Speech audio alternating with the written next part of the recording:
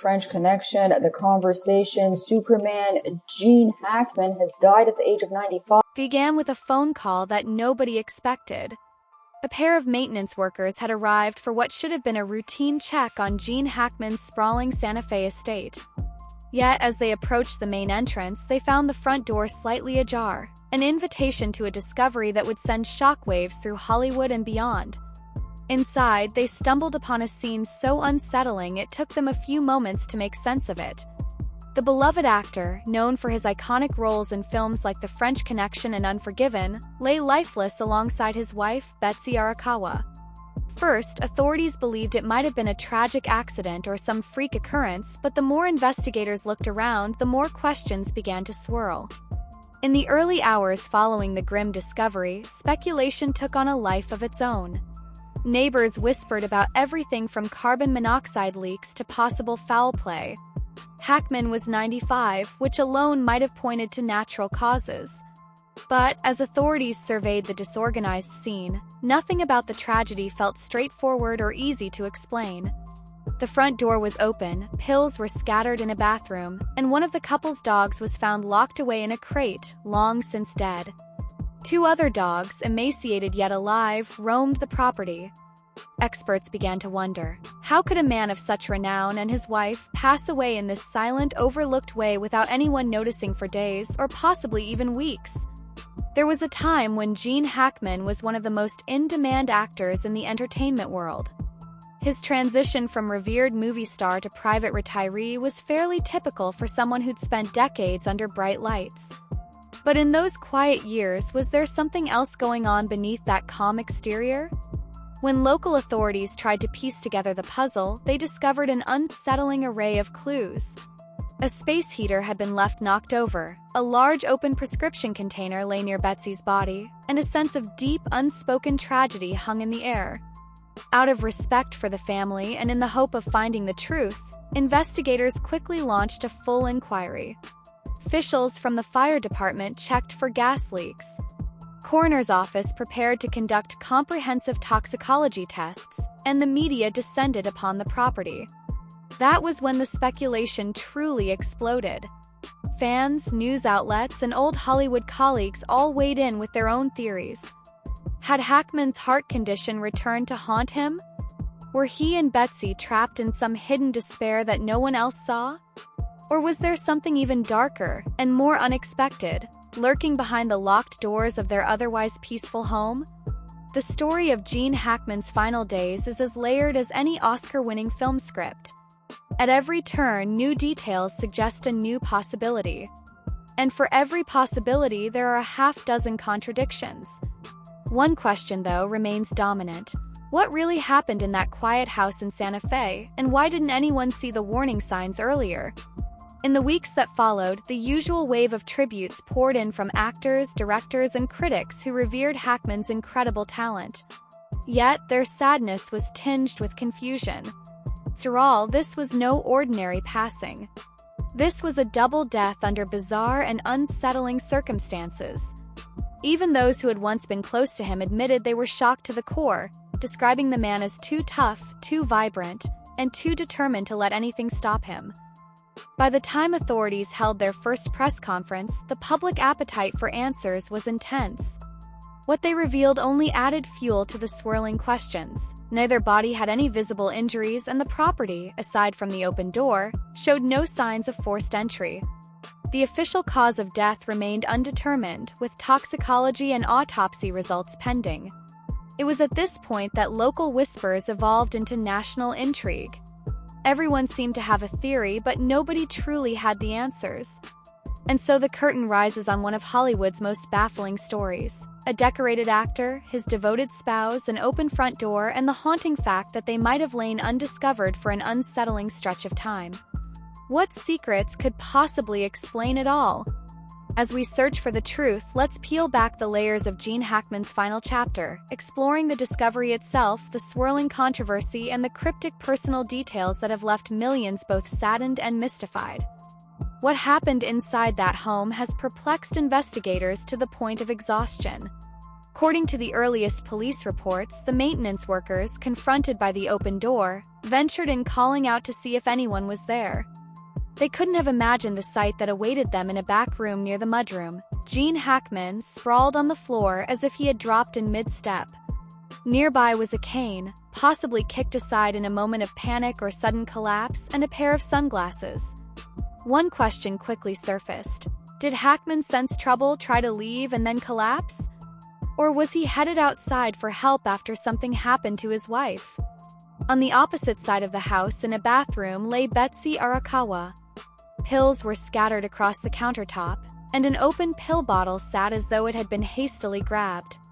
Her body position suggested she may have fallen abruptly. Between them, the house felt eerily frozen in time. Lights still switched on in some rooms, half-finished glasses of water on tables, and a space heater toppled over as though kicked or knocked askew. Amid the heartbreak, the detail that stunned many was the presence of the dogs. 2 were alive, skittish, and obviously stressed. The third, tragically, was found dead in a crate. Authorities theorized that Hackman and his wife had been deceased long enough that one pet died of starvation and dehydration, while the other 2 managed to roam free and survive. That timeline alone spoke volumes. This wasn't a quick tragedy discovered within hours. Days, if not weeks, had passed. Yet how could 2 prominent figures, especially one as famous as Gene Hackman, remain unnoticed for so long? Friends and neighbors reported that the Hackmans treasured their privacy. After all, Gene's retreat from acting was driven by health considerations and a desire for a quieter life. The home itself was relatively secluded, perched on land that offered scenic southwestern vistas, and the couple rarely hosted guests. Still, the notion that phone calls went unanswered, mail piled up, and everything stayed silent for so long struck many as strange. They both suffered a crisis at roughly the same time. What was the trigger? The initial guess by local authorities leaned toward carbon monoxide poisoning, a silent killer that has taken the lives of unsuspecting families before. It seemed plausible at first, but subsequent checks of the gas line showed no detectable leak or malfunction. So, if it wasn't a gas leak, what else could cause 2 people to die around the same time? Had one of them had a medical emergency, and the other succumbed soon after out of grief or shock? Or was it possible, though perhaps unlikely, that something more sinister happened? Investigators began scouring the property for any clue that might paint a clearer picture. They paid special attention to medication bottles, trying to determine if the scattered pills pointed to an accidental overdose, a frantic attempt to self-medicate, or a more deliberate situation. Every piece of evidence had to be sent off for analysis, from the house's air quality to the various substances found near the bodies. Meanwhile, law enforcement officials carefully combed through phone records, security camera footage, and any digital trails that might reveal the couple's final days. In the midst of this meticulous search, the coroner's office faced a challenge. The bodies had advanced far along in decomposition, which meant certain time-of-death estimates would be difficult to pinpoint precisely. The dryness of the Santa Fe climate may have hastened the process, making it even harder to deduce the sequence of events. Did they both pass on the same day? Was there a gap of hours or days between each death? As the media narrative spiraled, one detail that seized the public's attention was the open front door. Why would the door be left open?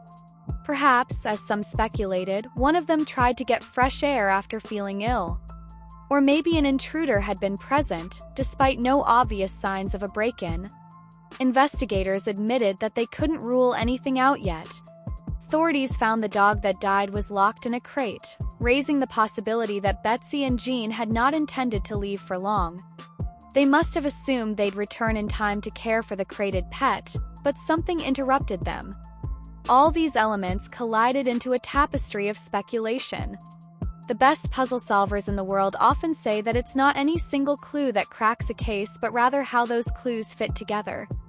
If one piece of evidence points in a certain direction, like an overdose, then the placement of other items should confirm or contradict that theory. But every piece in the Hackman puzzle came bundled with a contradictory detail. The scattered pills might indicate a medical emergency, yet the presence of scattered belongings near Gene's body suggested an abrupt fall or collapse. The open door could imply a search for help, but no calls were made to 911. Such incongruities are what led investigators to label the situation suspicious, even though there was no clear sign of violence. The official definition of suspicious doesn't always mean foul play. It can simply mean that the cause is not immediately obvious, and there are too many puzzling factors to dismiss. One detective commented to a local journalist, "Sometimes you stumble on scenes that defy normal explanation." This one is near the top of that list. While the world grappled with disbelief, a swirl of rumors ignited around Hackman's health. People recalled that he had stepped back from acting partially due to heart concerns. Could it be that his heart finally gave out? And if that happened, did Betsy panic, attempt to save him, and then succumb to her own desperate measures? Or was it something far more complicated? In the wake of so much heartbreak and confusion, friends and fans joined together in mourning, not just for a Hollywood legend but for the chilling reality of a double death shrouded in mystery.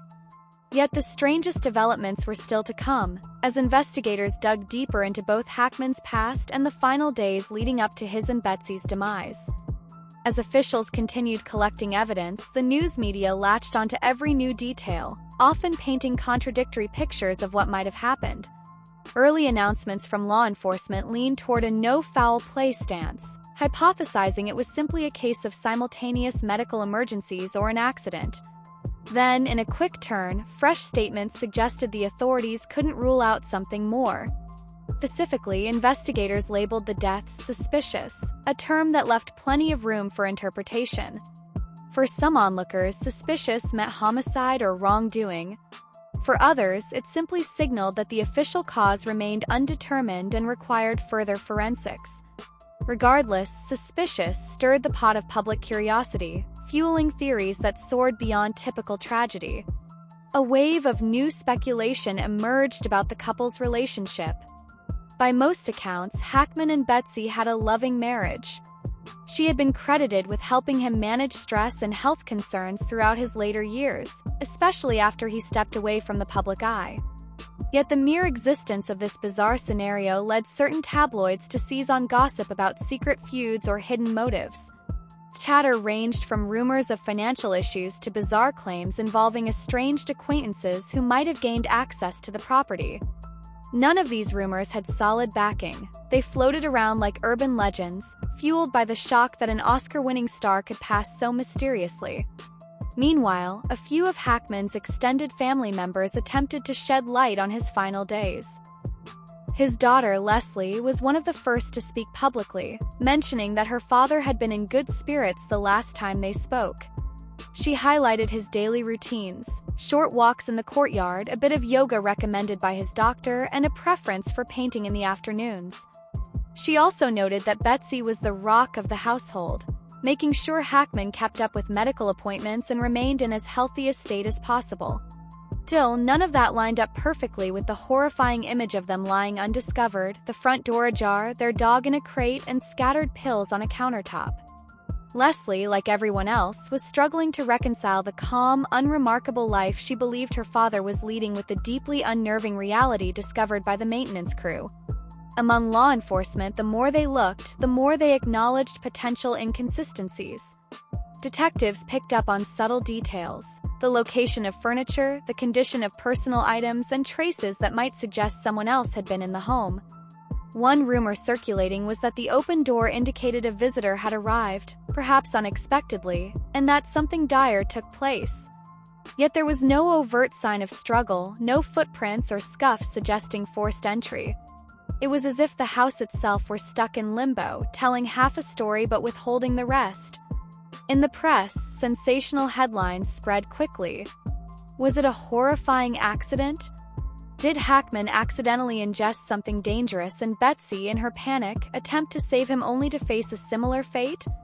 Or had they both chosen this moment as a final exit from a world in which they no longer found joy?